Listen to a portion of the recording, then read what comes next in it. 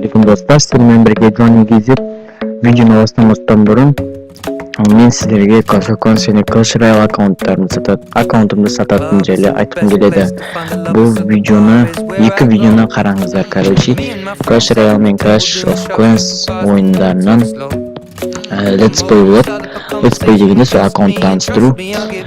Сәлден кейін екеуін таныстырған видеом шығады. Короче, осы видеоны описанияда номерім тұрады, сол номерге звондап Clash of Clans Clash Royale сатып алыңыздар.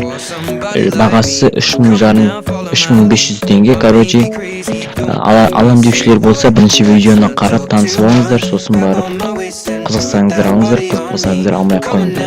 Давайте. Егер сіздер алсаңыздар, мен GTA 5 сатып алып, осы GTA 5-тен Let's Play түсіретін боламын. GTA 5 онлайн. Давайте, алыңыздар достар. Айтпақшы, менің Clash of Clans ойынында атым King деп аталады, ал Clash Royale ойынында атым Әсем деп аталады. Неғып қой, яғни неліктен Әсем деп атқан болсаңыздар, мен қарындасыммен бұрында ойнаған Clash Royale болады. Ол екінші рет атын өзгертіліп қалғандықтан енді өзгертілмейді, сондықтан сол Әсем деген атпен жүресіздер, егер алсаңыздар. Ештеңе етпейді енді.